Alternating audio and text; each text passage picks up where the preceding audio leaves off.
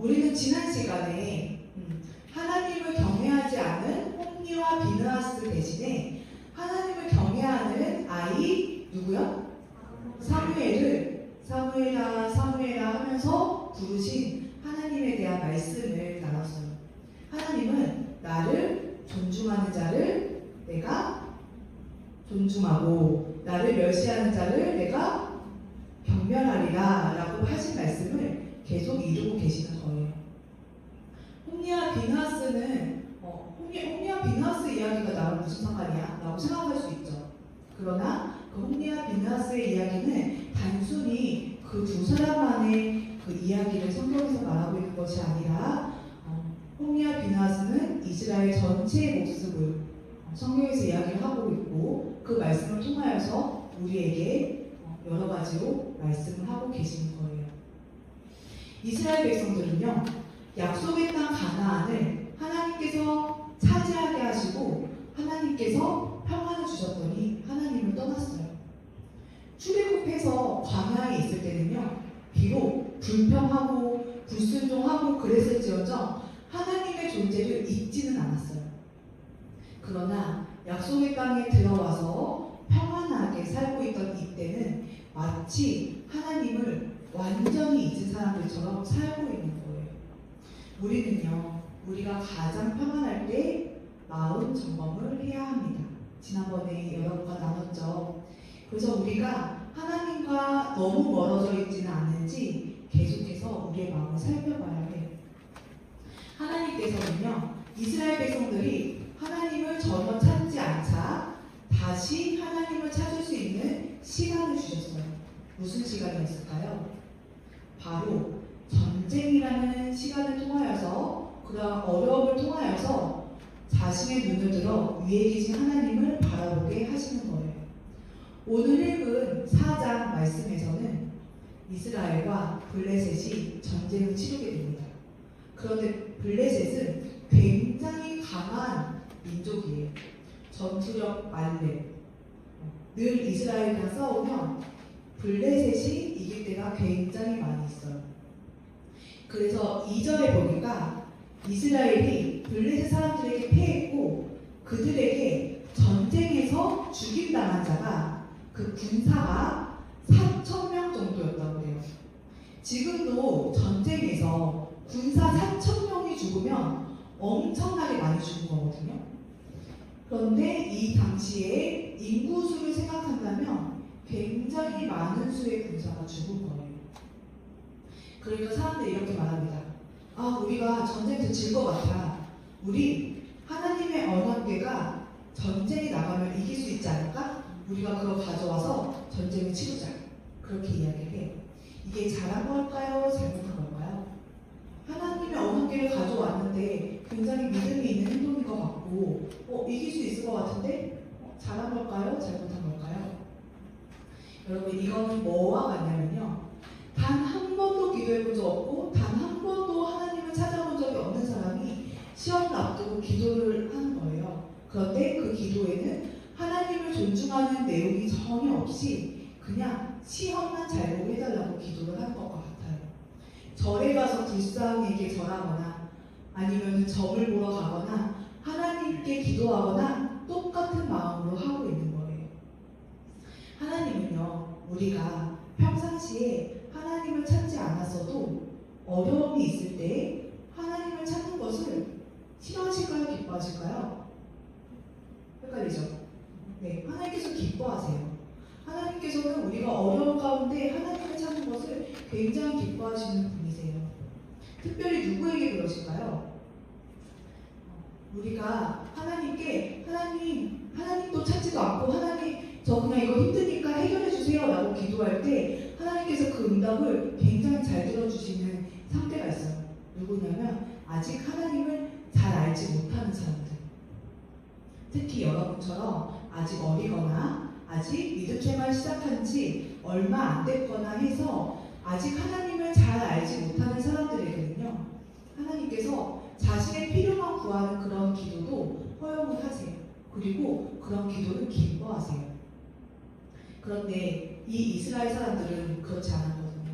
이 이스라엘 사람들은 충분히 하나님을 잘 알아야 하는 사람들이고 잘 알고 있는 사람들임에도 불구하고 하나님에 대해서는 전혀 관심이 없고 자신들의 필요에 하나님을 마음대로 갖다가 사용하고 있는 거예요.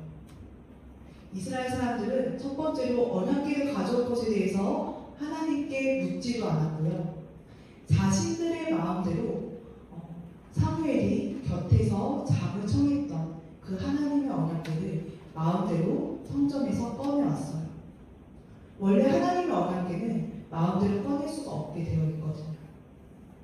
그런데 그 언약궤를 가져다가 전쟁에 앞세웠어요. 그들에게는 마치 언약궤가 무당이 준 부적 그 이상도 이하도 아니었던 거예요. 전도사님이 계속 사무엘의 말씀을 통하여서 하나님을 경외하는 거에 대해서 여러분들과 함께 말씀을 나누고 있는데, 하나님을 경외하는 것의 반대말이 무엇일까요? 하나님을 경외하는 것의 반대말 뭔 것 같아요? 멸시. 맞아요. 멸시. 또 뭘까요? 무시. 맞아요. 다 맞고요. 전도사님은 이렇게 결론을 내렸어요. 함부로 대하는 것. 함부로 대하는 것이 하나님을 경외하는 것의 반대말이라고 전도사님은 그렇게 결론을 내렸어요.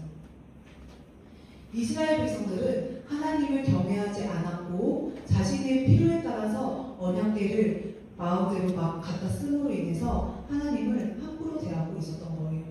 그 결과는 어떻게 됐을까요? 함께 말씀 보도록 하겠습니다. 사무엘상 4장 10절에서 11절입니다. 다 함께 읽을게요. 시작. 블레셋 사람들이 쳤더니 이스라엘이 패하여 각기 장막으로 도망하였고 사륙이 심히 커서 이스라엘 보병에 엎드러진 자가 3만 명이었으며 하나님의 궤를 빼앗겼고 엘리의 두 아들 홈니와 비느하스는 죽임을 당하였다. 아멘.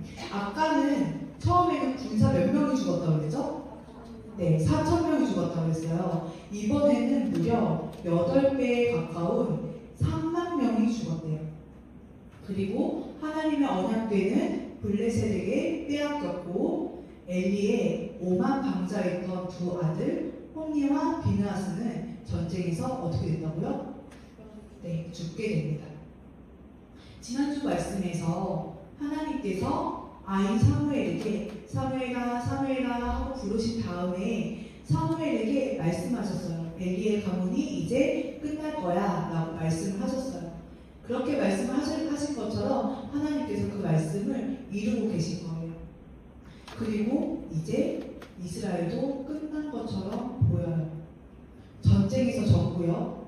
이제 하나님의 언약궤도 빼앗겼고요. 그리고 이 시대는 왕정체제 뭔지 아시죠? 왕이 다스리는 그런 체제를 왕정체제라고 하잖아요. 이때는 왕정체제가 아니라 제사장이 왕의 역할까지 하는 그런 시대였어요. 그런데 나라에서 가장 중요한 사람이었던 엘리의 자녀들이 죽었고요. 그리고 오늘 아까 말씀을 읽진 않았지만 엘리 제사장이 이 소식을 듣고 뒤로 넘어져서 목이 부러져서 죽게 돼요. 충격에 빠져서 모든 사람들, 중요한 사람들이 다 죽게 된 거예요. 마치 하나님께서 이스라엘을 떠나버리신 것 같은, 모든 것이 다 끝나버릴 것 같은 그런 상황이에요. 그런데 바로 그때가 하나님께서 일하시는 때인 줄 믿습니다. 하나님께서 새 일을 행하실 때는요, 언제나 바로 그 직전에는 언제나 가장 절망스러워 보여요. 마치 해가 떠오르기 직전이 가장 어두운 것처럼 하나님께서는 사람의 시선으로 봤을 때 가장 절망스러워 보일 때, 그때 새 일을 준비하고 계시고 일하고 계시는 하나님이신 줄 믿습니다. 아멘이신가요? 네. 예레미야 애가 3장 33절 말씀, 네. 다 함께 읽을게요. 시작. 주께서 인생으로 고생하게 하시며 근심하게 하시는 본심이 하나시도다. 아멘. 하나님께서 우리에게 어려운 일을 주신 것은 하나님의 본심, 하나님 그렇다면 하나님께서 우리에게 이런 절망의 시간을 주시는 이유가 무엇일까요? 나는 당연히 이번에 대학에 합격할 줄 알았는데 나는 당연히 저 학교 정도 들어갈 수 있을 줄 알았는데 떨어졌어. 그런 시간을 주시는 이유가 무엇일까요? 첫 번째, 따라해볼까요? 기도하게 하시기 위해서. 네, 아까도 전도사님이 이야기했지만 우리가 평안할 때 하나님을 찾을까요? 찾지 않을까요? 네, 찾지 않죠. 네, 하나님을 왜 찾아요? 기도 안 해도 내가 필요한 거 다 있는데, 기도 안 해도 우리 아빠가 부자면 나이키 뭐 운동하면 요새 뭐가 제일 유행이에요? 어떤 신발이? 뭐 아무튼 엄청 유명한 뭐 갖고 싶은 운동화 그리고 아이폰 막 다 사주시는데 내가 하나님 왜 찾아요? 그죠? 그런데 필요한 물건이 다 있어서 하나님과 멀어지는 것이 과연 복된 삶일까요? 네, 전혀 그렇지 않아요. 전도사님은 어릴 때 꽤나 부잣집 딸이라는 소리를 들으면서 컸어요. 저희 아버지가 기아자동차 대리점을 운영하셨는데 대리점은 되게 작았거든요. 그렇게 크지가 않았는데 판매량이 전국 5위권 안에 들어가는 그런 분이셨어요. 그래서 어릴 때부터 부족함 없이 그렇게 자랐는데 어느 날 하나님께서 저희 가정을 치셨어요. 그때가 전도사님이 고등학교 1학년 때였어요. 여러분 하나님이 치시면요 다 한순간이에요. 그냥 모든 게 한순간에 다 끝날 수 있어요. 그 많던 재산이요 정말 다 한순간 사라지게 됐고 그 일로 인해서 전도사님 부모님이 이혼까지 하시게 됐어요. 전도사님이 그때 하나님을 원망했을까요? 원망하지 않았을까요? 어땠을 것 같아요? 엄청나게 원망을 많이 했어요.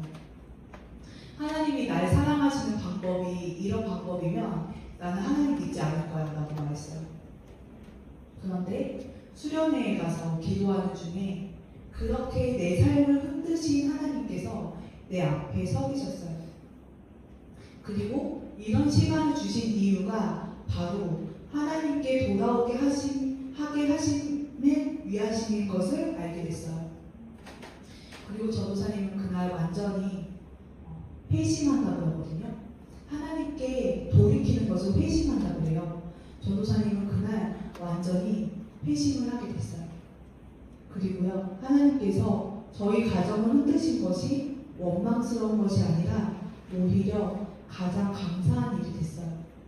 그게 가장 감사한 일이 되지 않았으면 전도사님이 이 자리에 서 있지도 않았겠죠.